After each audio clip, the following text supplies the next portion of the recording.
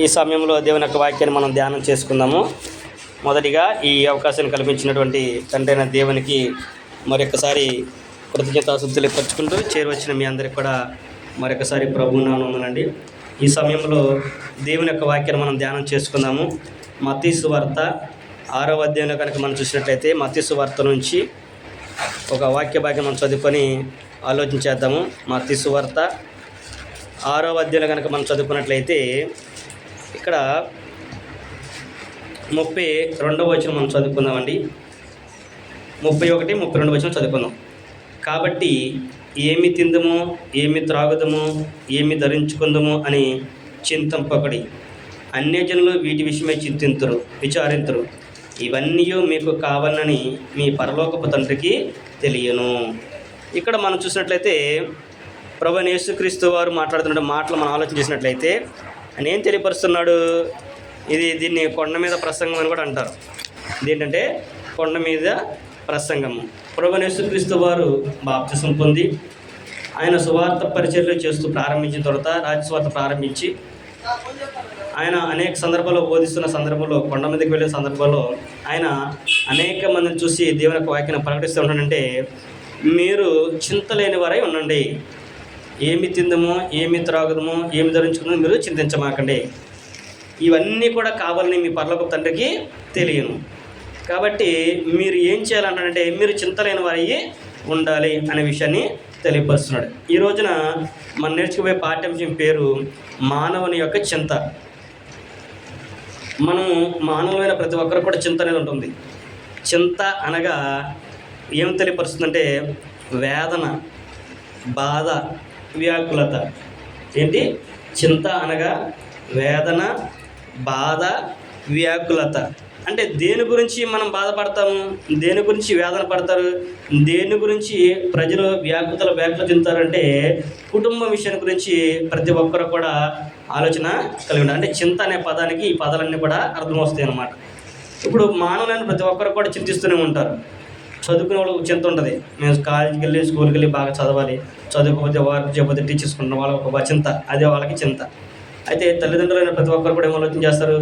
మా పిల్లల్ని బాగా చదివించాలి, వారికి మంచి పెళ్లి చేయాలి, వారికి మంచి ఉద్యోగాలు రావాలి, వారందరూ జాగ్రత్తలని పిల్లల గురించిన చింత.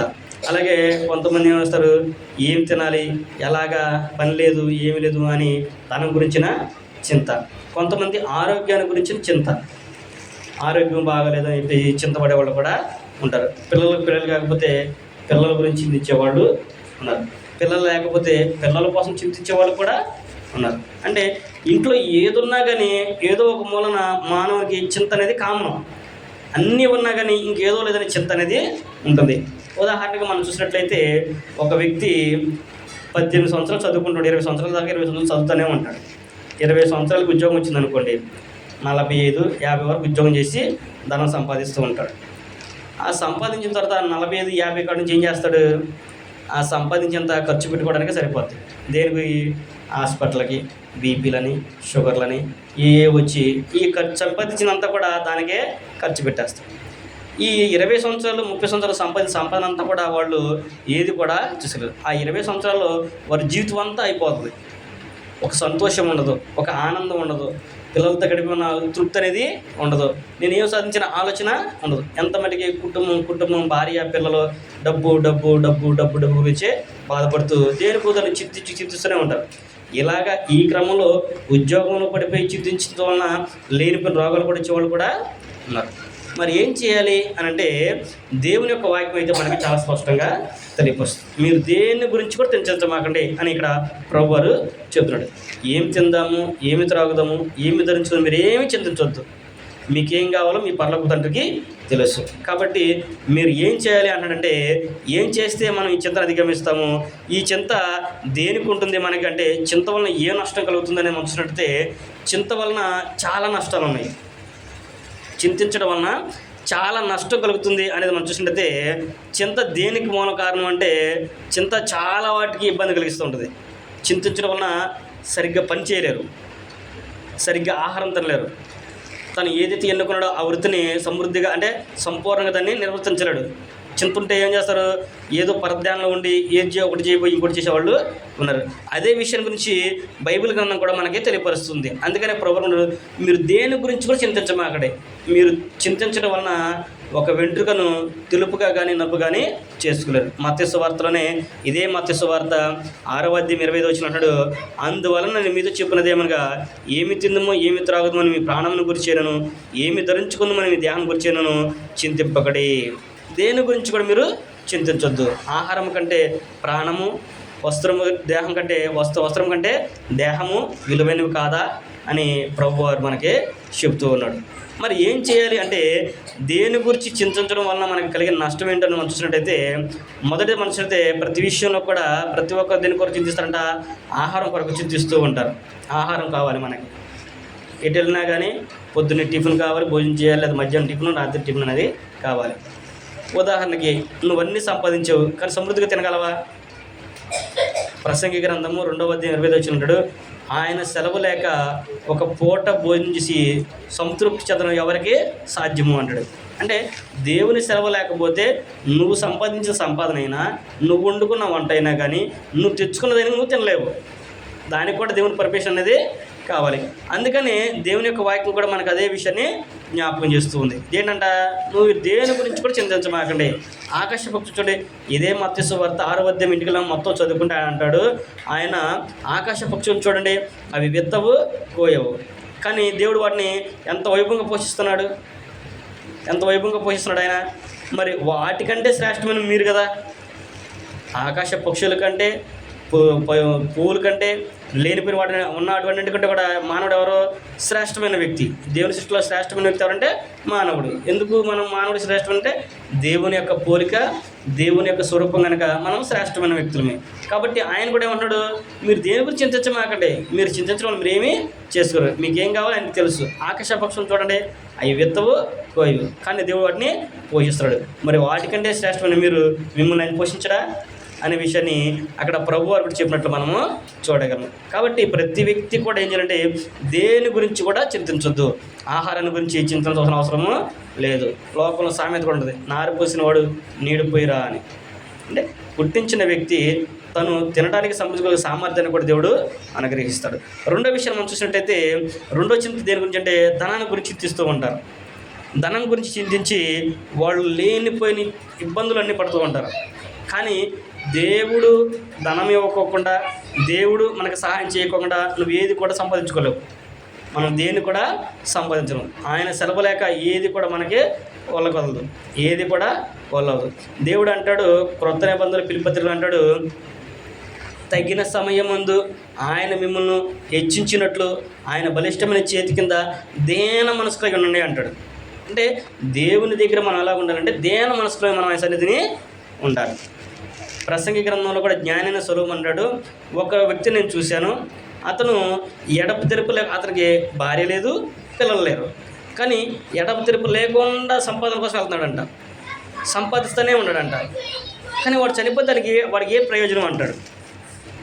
ఏంటి వాడికి ప్రయోజనము అనే విషయాన్ని జ్ఞాపకం చేస్తాడు. సంపాదించుకున్నాడు, భార్య లేదు, పిల్లలు లేరు, ఎవరు లేరు, మరి సంపాదన దేని కొరకు? అతను సుఖం అనేది ఎరగడంట. మరలా ప్రసంగి గ్రంథం మనం చదువుకున్న 5వ అధ్యాయం అంటాడు, అతను సుఖం అనేదే ఎరగడం, కానీ అతని ప్రయాసంతా కూడా గాలికి రేగు పొట్టువలే ఉంది అంటాడు. పొట్టువలే అది కూడా వ్యర్థం అంటాడు. లూకా సువార్తలో కూడా ప్రభువు యేసుక్రీస్తు వారు కూడా ధనవంతుడి గురించి ఒక విషయాన్ని చెప్తాడు. ధనవంతుడంట తన ప్రాణంతో అనుకుంటాడంట. ఏమని లూకా సువార్త 16 మనం చదువుకుంటే, ఒక ధనవంతుడికి తన పంట సమృద్ధిగా పండిందంట. పండితే అతను అనుకుంటాడంట, తన ప్రాణంతో అనుకుంటున్నాడు. అంటే తనని తాను అనుకుంటున్నాడు, నా ప్రాణమా అనేక సంవత్సరం సరిపడ నేను సంపాదించాను, కాబట్టి తినుము త్రాగుము సుఖించుము అని అనుకుంటాడంట. అప్పుడు దేవుడు కూడా ఒక మాట అంటూ ఉంటాడు, ఆయనకి పంట పండింది, ఓకే పంట పండింది, ఆ పొట్లన్నీ ఇప్పేసి నేను దాచుకోవాలి అంటే నాది నాది నాది నాది అనే ఆలోచననే ఉంటాడు ఆయన. నాది నాది అనే ఆలోచన ఉన్నప్పుడు ప్రభు వచ్చి అంటాడు, వెర్రివాడా, ఈ రాత్రి నీ ప్రాణం అడుగుతున్నాను, నీవు సంపాదించింది ఎవరిదైద్ది అని అంటాడు. లూకా సువార్త మనం చదువుకుంటే అదే విషయాన్ని ప్రభువారు మనకి చెప్పాడు. నువ్వు అనుకుంటున్నావు నాది నాది అనుకుంటున్నావు, నువ్వు సంపాదించుకున్నావు, ఓకే ఈ రాత్రి నీ ప్రాణం తీసుకుంటున్నాను, నువ్వు సంపాదించి ఎవరిదైద్ది అనే విషయాన్ని అక్కడ ప్రభువారు కూడా చెప్తున్నాడు. అలాగే తిమోతి పత్రికలో మనం చదువుకున్నట్లయితే తిమోతికి రాసిన మొదటి పత్రికలో అక్కడ ఆయన అంటాడు 6వ అధ్యాయము 9-10 మనం చదువుకుంటే అపోస్తలుడైన పౌలు గారు తిమోతి గారికి రాస్తూ కూడా ఒక సంఘటన జ్ఞాపకం చేస్తూ ఉంటాడు. ఆయన అంటున్నాడు, దేని కొరకంట? తిమోతి రాసిన మొదటి పత్రిక 6వ అధ్యాయము 9-10 కనుక మనం చదువుకున్నట్లయితే అక్కడ అంటున్నాడు, ధనవంతులగుటకు అపేక్షించేవారు శోధనలోను ఉరిలోను అవివేక యుక్తములను హానికరమైన అనేక దురాశలను పడుదురు. అట్టివి మనుషులను నష్టములోను నాశనంలోను ముంచివేయను. ఎందుకనగా ధనాపేక్ష సమస్త విధమైన కీడుకు మూలము. కొందరు దానిని ఆశించి విశ్వాసం నుండి తొలగిపోయి నానా బాధలతో తమ్ము తామే పొడుచుకున్నారు. అంటే ధనవంతుడు అవడానికి ఆపేక్షించాడు, ఉండాలి. అంటే ధనవద్దంటే కావాలి, మనం బ్రతకడానికి మనకు కావాల్సి సంపాదించుకోమన్నాడు. మనం బ్రతకడానికి, మన కుటుంబాన్ని పోషించుకోవడానికి, మన ఇతరులకు సాంఘిక కావాల్సి సంపాదించుకోవాలి. వద్దని ఎక్కడ కూడా అలా గ్రంథంలో అనేక సందర్భాల్లో కూడా ప్రభువారు కూడా ఆయన సువార్తల్లో చాలా సందర్భాల్లో ధనం గురించే చెప్పాడు. సంపాదించుకోండి అన్నాడు. మీకేం కావాలని సంపాదించుకోవాలి, కానీ ఆశ ఉండాలి. అత్యాశ అనేది ఉండకూడదు. ఆశపడి తప్పలేదు, కానీ అత్యాశ అనేది ఉండకూడదు. ఇక్కడ కూడా తిమోతి పత్రికలో పోలినట్టు ధనవంతులకు అపేక్షించే వారందరూ కూడా శోధనలోను ఉరిలోను నానాదని తర్కంలోను వాళ్ళు పడతారు. వాళ్ళు అడ్డపడతే కాకుండా వారు ఏం చేస్తారంటే నానా బాధలతో తమ్ము తాము పొడుచుకొని విశ్వాసం నుంచి తొలగిపోతారు. అంటే దేవుని విశ్వాసం ఉంచిన వ్యక్తులు కూడా తొలగిపోతారు. ఎందుకంటే ఆదివారం ఇది దేవుని ప్రభు దినము. మరి ఈ రోజున ఆదివారం ప్రతి ఒక్కరు కూడా దేవుని ఆరాధించాలి. మరి కొంతమంది ఏం చేస్తూ ఉంటారు, ఆదివారం జాబ్ చేస్తానుకో, ఈరోజు వర్క్ ఉంది రావాల్సిన కంపల్సరీగా అంటాడు, తప్పదు వెళ్ళాలి. పనికి వెళ్ళేవాడు రోజుకు 1000 రూపాయలు ఇస్తారు, కాదు వాళ్ళు వస్తే నీకు 2000 ఇస్తానంటాడు. మన ఇప్పుడు కుదిరినప్పుడు ఈ వారం కాదు రేపు వారం వెళ్దాం ఆయన చేస్తారు చేరా అనేక మంది చేసి అలాగా ఉండాలి. అందుకని ఇక్కడ అన్నాడు ఆయన, అనేక మంది విశ్వాసం తొలగిపోవడం కాకుండా నానా బాధతో తమ్ము తామే పొడుచుకున్నారు. నువ్వు ధనాన్ని గురించి కూడా చింతించవలసిన అవసరము లేదు. ధనవంతులు సంపాదించుకోవడానికి కానీ అది ఎవరి కోసం అయిద్దో అది ఎవరు కూడా కనిపెట్టరు. అది దేవునికే సాధ్యం. సంపాదించుకున్నా కానీ అది నీది కాలేదు అనే విషయాన్ని కూడా దేవుని యొక్క వాక్యం మనకి తెలియపరుస్తుంది. మూడో నష్టం కనుక మనం చూసినట్టయితే దేని గురించి చింతిస్తూ ఉంటారంట?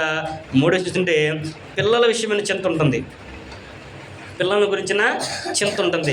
దేని గురించి అంటే పిల్లల గురించి ఎందుకు చింతిస్తారు అంటే కొంతమంది పిల్లలు లేక చింతిస్తూ ఉంటారు, పిల్లలు కావాలని చింతిస్తున్నారు. కొంతమంది పిల్లలు పుట్టిన తర్వాత వాళ్ళని పెంచే విషయంలో చింత కలిగి ఉంటారు. అందుకని ఇక్కడ కూడా మనం చూసినట్లయితే ఆదికాండంలో మనం చూసినట్లయితే ఆదికాండము 18వ అధ్యాయం కనుక మనం చదువుకుంటే ఆదికాండము 18వ అధ్యాయం కనుక మనం చదువుకున్నట్లయితే 18వ అధ్యాయంలో 10వ వచనం నుంచి మనం చదువుకున్నట్లయితే అందుకు ఆయన మీదటికి ఈ కాలంలో నీ వద్దకు నిశ్చయంగా మరలా వచ్చేదను. అప్పుడు నీ భార్య అయిన శారాకు ఒక కుమారుడు కలుగునని చెప్పాను. శారా ఆయన వెనుక నుండి గుడారం ద్వారం ముందు వినుచుండెను. అబ్రహాము శారాను బహుకాలం గడిచి వృద్ధులై ఉండరి. స్త్రీ ధర్మం శారాకు నిలిచిపోయాను కనుక శారా నేను బలము ఉడిగిన దానైన తర్వాత నాకు సుఖము కలుగున నా యజమానుడు వృద్ధుడై ఉన్నాడు కదా అని తనలో తాను అనుకుని నవ్వాను. అంతటా యెహోవా అబ్రహాముతో వృద్ధురాలైన నేను నిశ్చయముగా ప్రసవించదనా అని శారా నవ్వనేలా యెహోవాకు అసాధ్యమైనది ఏదైనా ఉన్నదా అని అన్నాడు. అంటే దేవునికి అసాధ్యమైనది ఏదైనా ఉంటుందా? దేవునికి అసాధ్యం ఏది కూడా లేదు. శారా అనుకుందంట, దేవదూతలు వచ్చి అబ్రహాం గారు మామృక్ష దగ్గర ఉన్నప్పుడు దేవదూతలు వచ్చారు, ఆయన విందు చేశాడు. విందు తిన్న తర్వాత వాళ్ళందరినీ అబ్రహాం గారు ఏమంటే నీకు వచ్చే ఈ సంవత్సరానికి నీకు కుమారుడు కలుగుతుందని చెప్పినప్పుడు శారా అబ్రహాం వెనక గుడారం వెనక నుండి ఈయన నవ్వుకుందంట. అంటే అప్పుడు వాళ్ళు వాగ్దానం ఇచ్చినప్పుడు 99 సంవత్సరాలు, అబ్రహాంని 99 సంవత్సరాలు, శారాకి 99. అంటే వాళ్ళు ఏమనుకుంటుంది, స్త్రీ ధర్మం నాకు ఉడికిపోయింది, నేను ముసలిదాన్ని అయిపోయాను, నా భర్త ముసలుడు అయిపోయాడు, ఇంకా ఆయన వల్ల నాకు సుఖం కలిగిద్దా, నేను పిల్లల్ని కంటానా, నాకు అంత బలం వచ్చిద్దా అని చెప్పేసి అనుకుని వీళ్ళేదో మనం పెట్టాం కాబట్టి ఏదో అన్నాలు కాబట్టి అన్నారని చెప్పేసి నవ్వుకుంది. దేవుని సేవకులుగా వచ్చారు కాబట్టి, అతిథులుగా వచ్చారు కాబట్టి మనం దీవించారు అని ఏదో అన్నారని చెప్పేసి ఆమె నవ్వుకుంది. అప్పుడు దేవుడే గట్టిగా మాట ఉంది, శారా నవ్వనేలా అంటే యెహోవాకు అసాధ్యం ఇది ఉందా? దేవుడు తలుచుకుంటే చనిపోయిన వారిని సహితం కూడా లేపగలడు. ఆయన ఇవ్వాలి అనుకుంటే ఎంత వాడినైనా సరే తీసుకెళ్ళి అందలని ఎక్కించగలడు. అది మనం నమ్మాలి. అందుకనే మనం కూడా దేని గురించి కూడా చింతించవలసిన అవసరము లేదు. ఆహారాన్ని గురించి, ఇంటిని గురించి, భోజనం గురించి, పిల్లల చదువుల గురించి చింతించాల్సిన అవసరము లేదు. ధనం సంపాదించుకోవాలి, లేకపోతే మేళ కట్టాలి, మిద్దెలు కట్టాలని చింత మనకే ఉండకూడదు. మూడవదిగా పిల్లలు కావాలని చింత మనకే ఉండకూడదు. ఆ పిల్లలున్న మనం కూడా వారిని ఎలా పెంచాలి, ఎలా పోషించాలి, వారిని ఎలా చదివించాలి, ఎలా పిల్లలు చేయాలని చింత కూడా మనకే ఉండకూడదు. నువ్వు దాన్ని చింతించావనుకో, నువ్వు ఆ పని మీద ఉంటావు తప్ప దేవుని నువ్వు విడిచిపెట్టేస్తావు. దేవుని విడిచిపెట్టేస్తాం, అవునా కదా?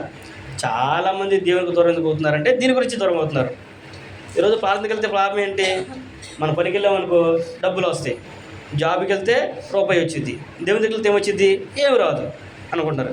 కానీ దేవుడి ఇబ్బంది నీకు ఎక్కడి నుంచి వస్తుందని ఆలోచన చేయట్లా. అసలు దేవుని యొక్క వాక్యం ఏం చెప్పింది? ప్రసంగి గ్రంథం 12వ అధ్యాయం మనం చదువుకుంటే, 12వ అధ్యాయం మనం చదువుకుంటే మానవ కోటికి ఇదే విధి అంటాడు. అంటే నీ విధి అంటే డ్యూటీ, పని. మానవుడికి ఇదే పని. ఇక ఏం పని అంట? 11 వచ్చినట్టు యెహోవా యందు భయభక్తి కలిగి ఉండి ఆయన అనుసరించి నడుచుకున్నట్టు అని అంటాడు.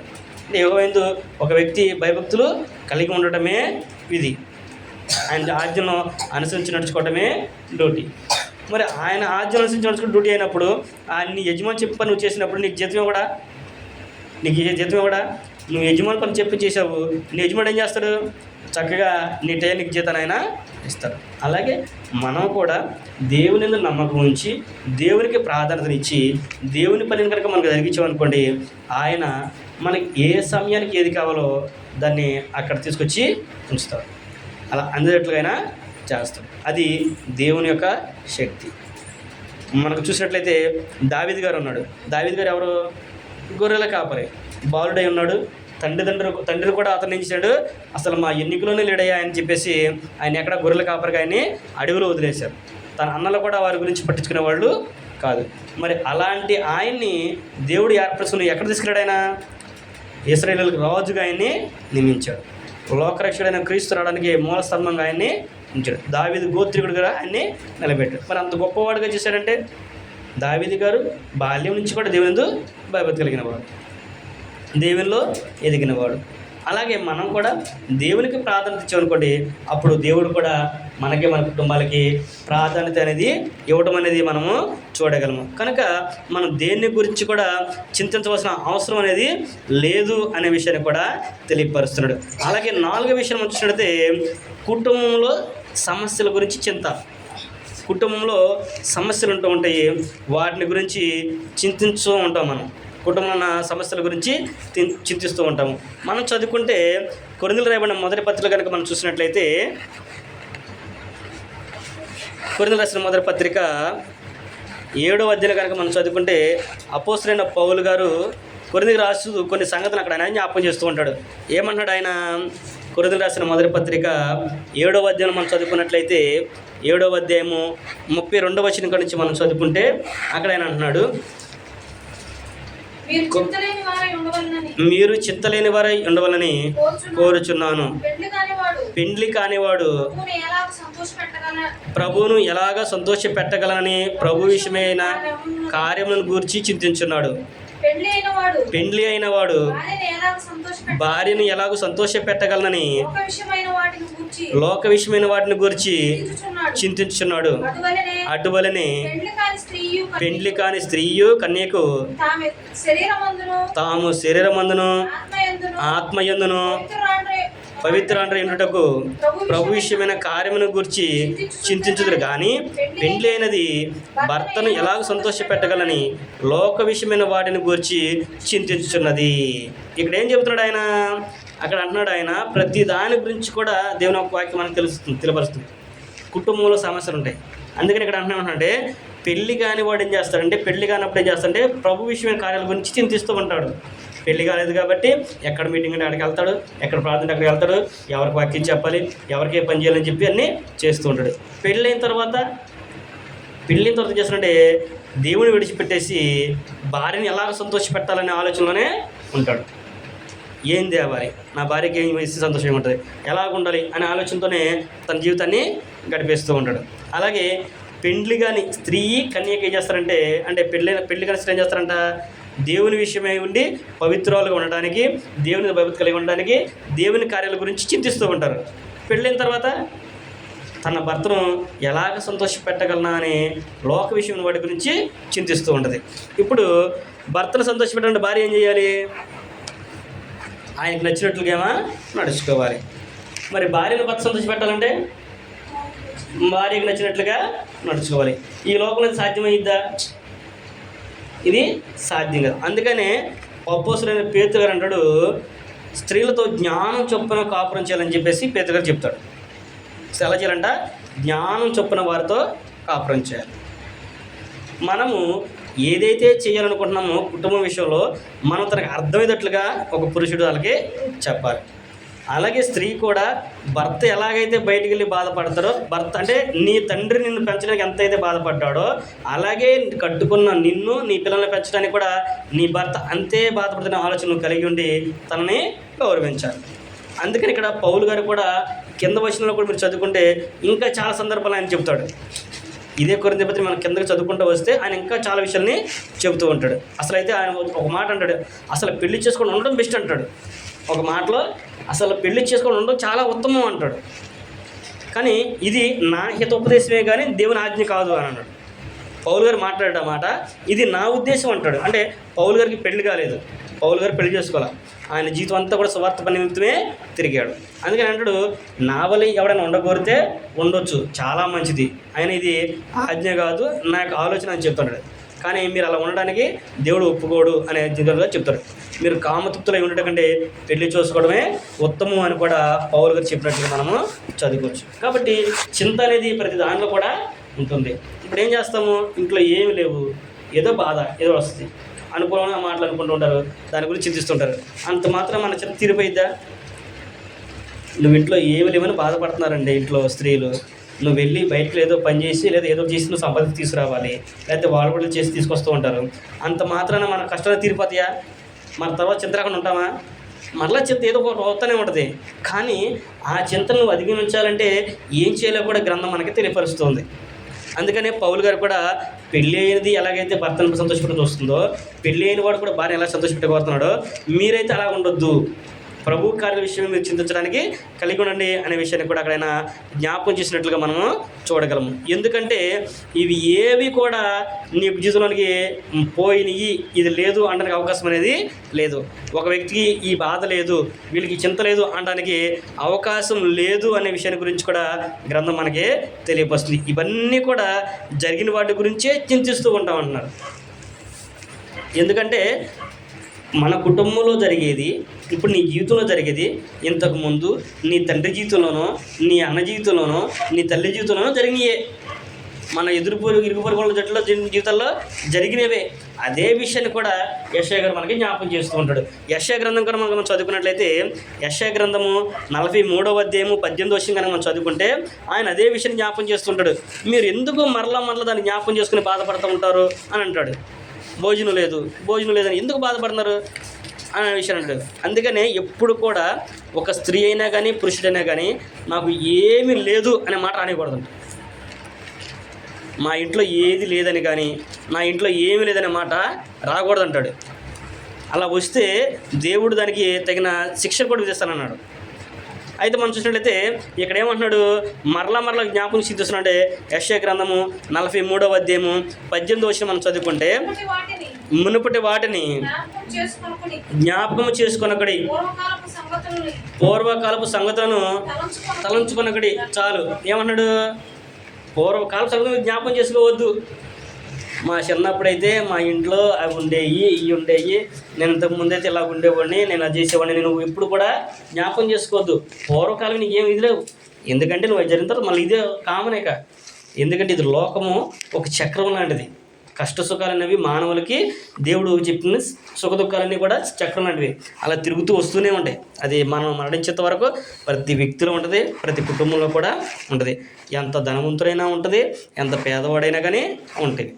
చింత లేకుండా బాధ లేకుండా ఎవరికి కూడా లేదు, కష్టం లేకుండా ఎవరు కూడా లేరు. కానీ నువ్వు ఉన్న దాంట్లో తృప్తి చెందమని దేవుడు కోరుకుంటున్నాడు. లూకాసు వార్తలు మనం చదువుకుంటే లూకాసు వార్తలు చెప్తారు, ఆయన కలిగిన వానికి తీసేసి ఇంకా కలిగిన వాడికి ఇచ్చేస్తాడంట, సమృద్ధి కలిగిన వాడికి ఇచ్చేస్తాడంట. నువ్వు ఎప్పుడైతే నా ఇంట్లో అది లేదు, నాకు ఇది లేదు నువ్వు అనుకుంటూ ఉంటావో, నీకు కలిగినది కూడా చేసుకొని ఉన్నవాడికి ఇచ్చేస్తాడంట. లోపల సామెత ఉంటుంది, ధనవంతుడిని కొట్టి పేదవాడికి పెట్టమంటారు, అవునా కదా? ధనవంతుడిని కొట్టి పేదవాడికి పెట్టాలంటారు. కానీ దేవుడు ఏం చెబుతున్నాడంటే, నువ్వు గనక లేదు అని నువ్వు అన్నావంటే నీ దగ్గర ఉన్నది కూడా తీసేసి నీకంటే ఎక్కువ చూసావా మరలా వాడికే వేస్తానంటాడు. ఆత్మ సంబంధంగా అయినా సరే, భౌతిక సంబంధం అయినా సరే, అది ప్రతిదీ కూడా మనం జ్ఞాపకం చేసుకోవాలి. నీ దగ్గర ఒకటి ఉంది, దాన్ని నువ్వు వినియోగించుకొని దాని పక్కన ఎదగాలి. కానీ నువ్వు దాని కాకుండా నువ్వు నా దగ్గర లేదని నువ్వు ఆలోచించానుకో, నీ దగ్గర ఉన్నది కూడా తీసేసి లేని వాడికి ఇస్తాననే విషయాన్ని కూడా జ్ఞాపకం చేస్తున్నాడు. కనుక మనము జాగ్రత్త కలిగి ఉండాలి, మనం చింతలేని వారిగా ఉండాలి, చింతలేని వారిగా మనం ఉండాలి అనే విషయాన్ని తెలియపరుస్తున్నాడు. చింత వలన అనేక నష్టాలు కూడా మనకి కలుగుతాయి. ఇప్పుడు మనం చింతించడం వల్ల ఏం జరుగుతుందంటే, ఒకటి ఒంటరితనం ఏర్పడుద్ది. ఒంటరితనం అనేది ఏర్పడుతుంది. ఏమవుతుందంట, ఒంటరితనం ఏర్పడుతుందనే విషయాన్ని విచారం అంటే బాధ అనేది కలుగుతుంది. చింతించాం అనుకో, మనం బాధపడి ఒంటరి కూర్చుంటాం. నలుగురిలో ఉంటా కానీ మన ఆలోచన అంతా కూడా ఇటు మీదే ఉంటుంది, కానీ నలుగురు మాట్లాడే మాట మీద ఉండదు. అందుకని ఒంటరితనం అనేది దగ్గర అవుతుంది. కాబట్టి నువ్వు చింతలేని వాడిగా ఉండాలి. రెండో నష్టం ఏంటంటే, చింతించడం వలన ఆసక్తి తగ్గిపోద్ది. నువ్వు చింతించడం వలన ఆసక్తి అనేది తగ్గిపోద్ది.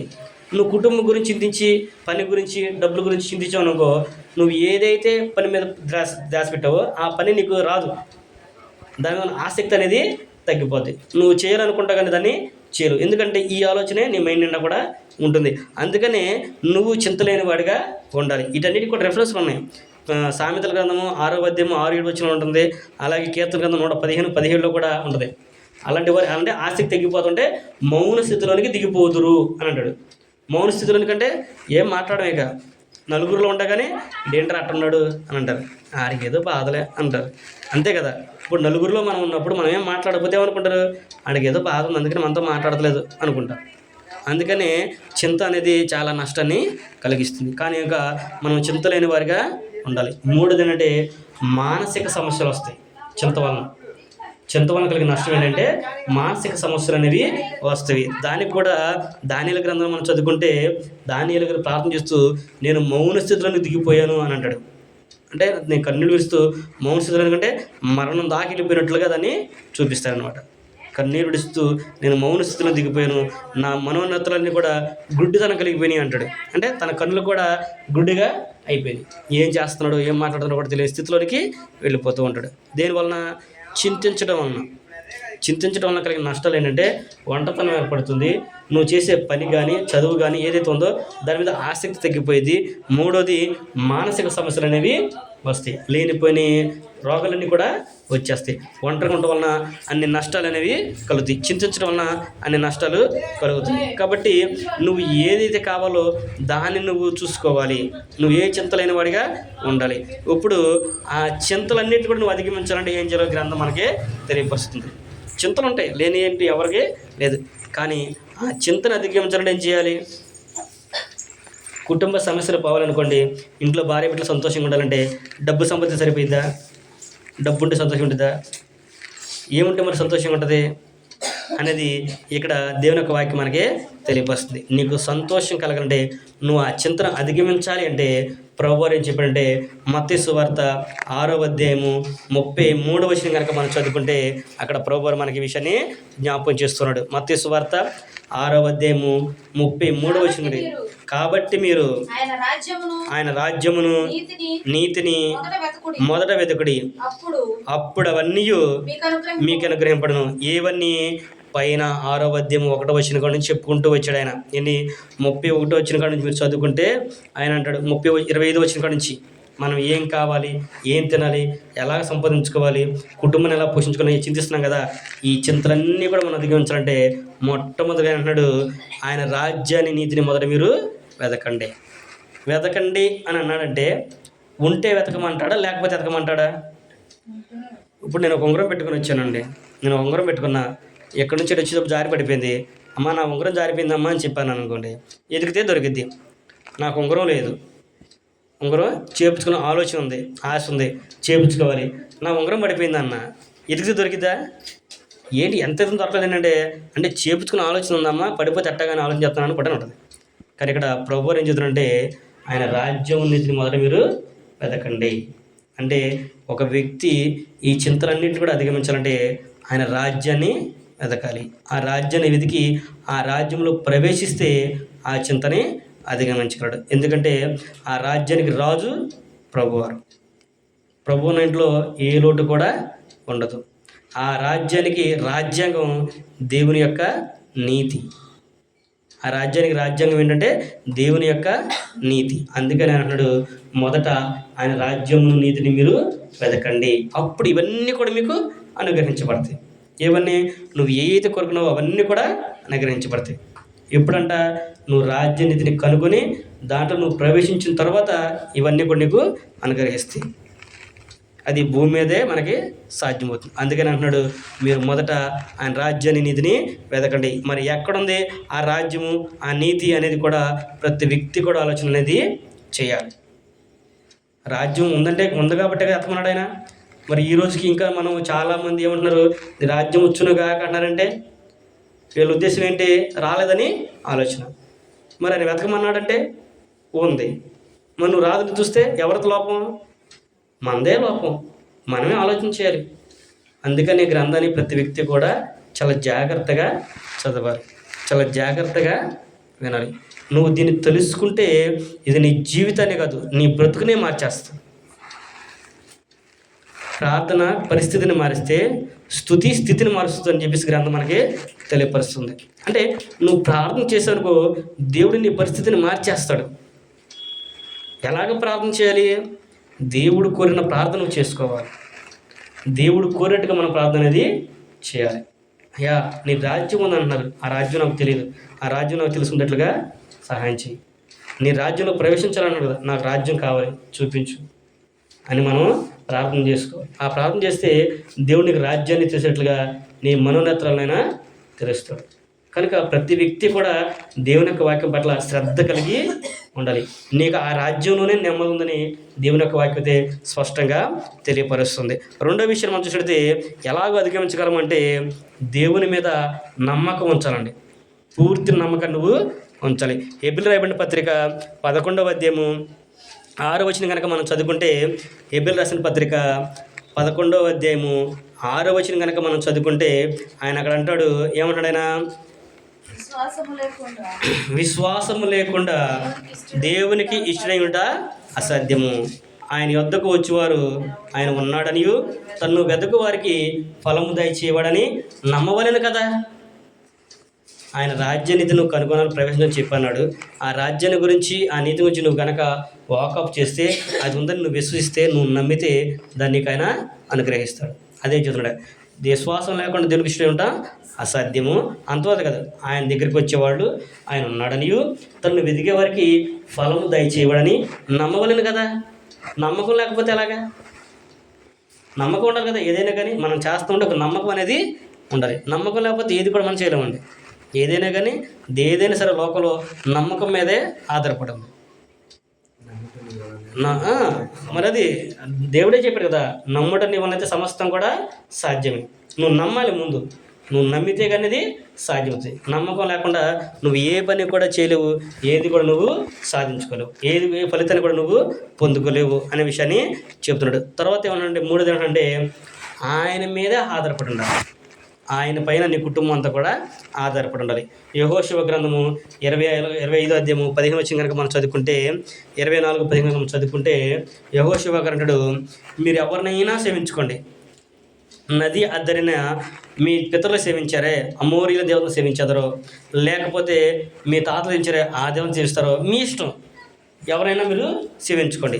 కానీ నేను నా ఇంటి వారును ఎవరు చేస్తున్నాడు?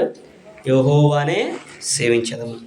అనేక మంది హేళన చేస్తారండి, అనేక మంది నవ్వుతారు, అనేక మంది ఇబ్బందులు పెడతారు. కానీ నువ్వు దాన్ని అధిగమించాలంటే నీ కుటుంబం, నువ్వు దేవుని మీద ఆధారపడాలి.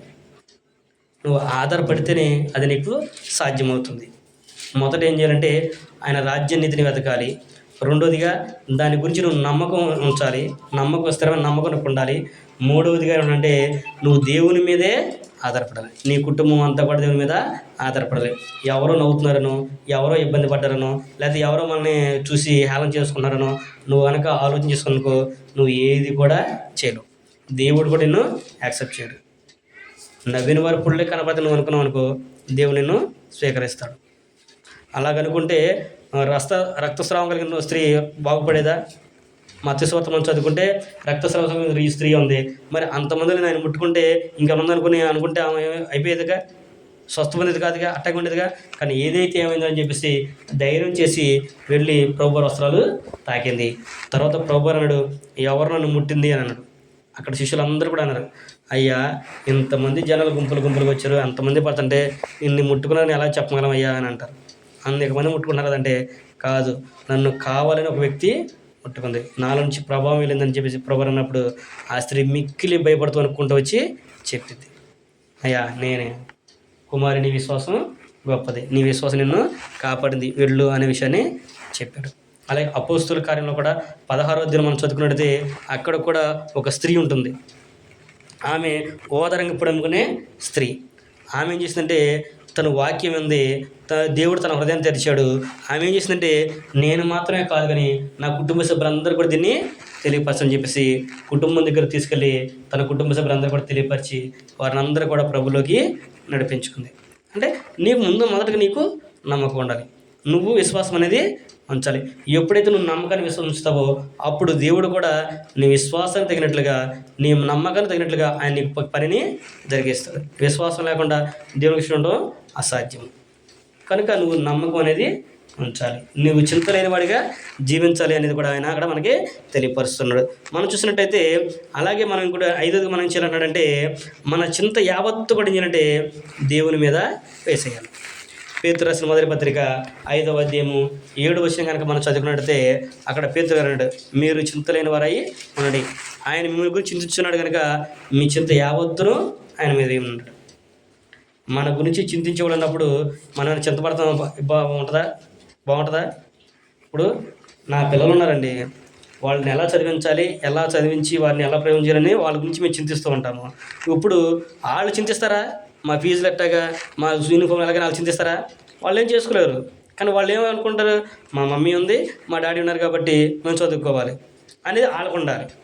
వాళ్ళు చింతిస్తే అది వాళ్ళకి సమంజసం కాదు. ఎక్కడో తెప్పులు పట్టి తల్లిదండ్రులని వాళ్ళు తెచ్చి వాళ్ళు కట్టి చదివిస్తాం అనేది సహజం. మరి అలాగే మన పరలోకపు తండ్రి మన దగ్గర ఉన్నాడు, మనకున్నాడు. మరి మన చింతలన్నీ కూడా తీసుకెళ్ళి ఆయన చేసి అనుకో, ఎందుకంటే ఆయన చింతిస్తున్నాడంట.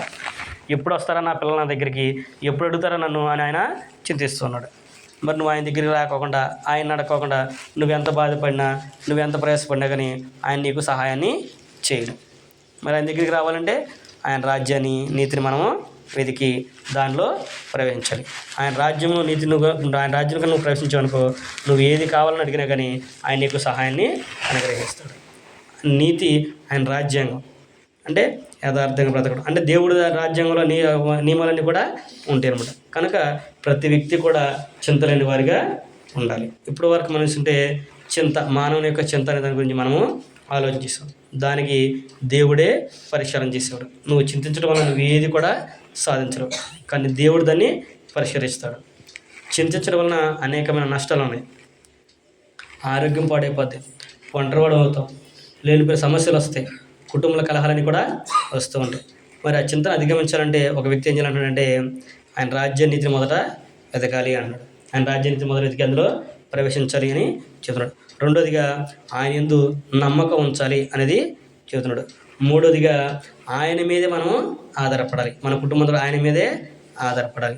నాలుగోదిగా మన కుటుంబం అంతా కూడా ఎల్లప్పుడూ ఆయనకి కృతజ్ఞతాస్తుతులు తెలియపరిచేవారిగా ఉండాలి. ఫిలిప్పీ పత్రికలో చెప్తారు ఆయన మీ గురించి ఫిలిప్పీ పత్రిక 4వ అధ్యాయము 6వ వచనం చదువుకుంటే ఆయన అక్కడ చెప్తాడు, మీ చింతలన్నీ తీర్చేవాడు ఆయన, మీ చింత యావత్తు కూడా ఆయన వేసి మీరు ప్రార్థన చేత జ్ఞాపనలో చేయండి అనే విషయాన్ని చెప్పాడు. చివరిగా 5వది పేతురు చెప్పినట్లుగా మన గురించి ఆయన చింతిస్తున్నాడు కాబట్టి మనం చింతలేని వారిగా బ్రతకాలి. మనం చింతలేని వారిగా మనం బ్రతకమనుకో, అప్పుడు ఆయన మన చింతలన్నీ తీర్చి మనకేం కావాలి వాటిని సహాయం చేస్తాడు. ఈ గ్రంథంలో ఉన్న భక్తులే కాదు, మన కళ్ళ ఎదుట కూడా ఆయన్ని అనుసరించి ఆయన రాజ్యంలో ఆయన నీతిని అనుసరించే అనేక మంది భక్తులు మన కళ్ళ ఎదుట ఉన్నారు. వాళ్ళని చూస్తే మనకు అర్థమవుతూ ఉంటుంది. వాళ్ళకి ఏమి లేకపోయినా కానీ ఎందుకు అంత సంతోషంగా ఉన్నారు, ఎందుకు అంత ఆనందంగా ఉన్నారు, ఏంటి వాళ్ళ రహస్యాలను చూసేవాళ్ళు చాలామంది ఉంటారు.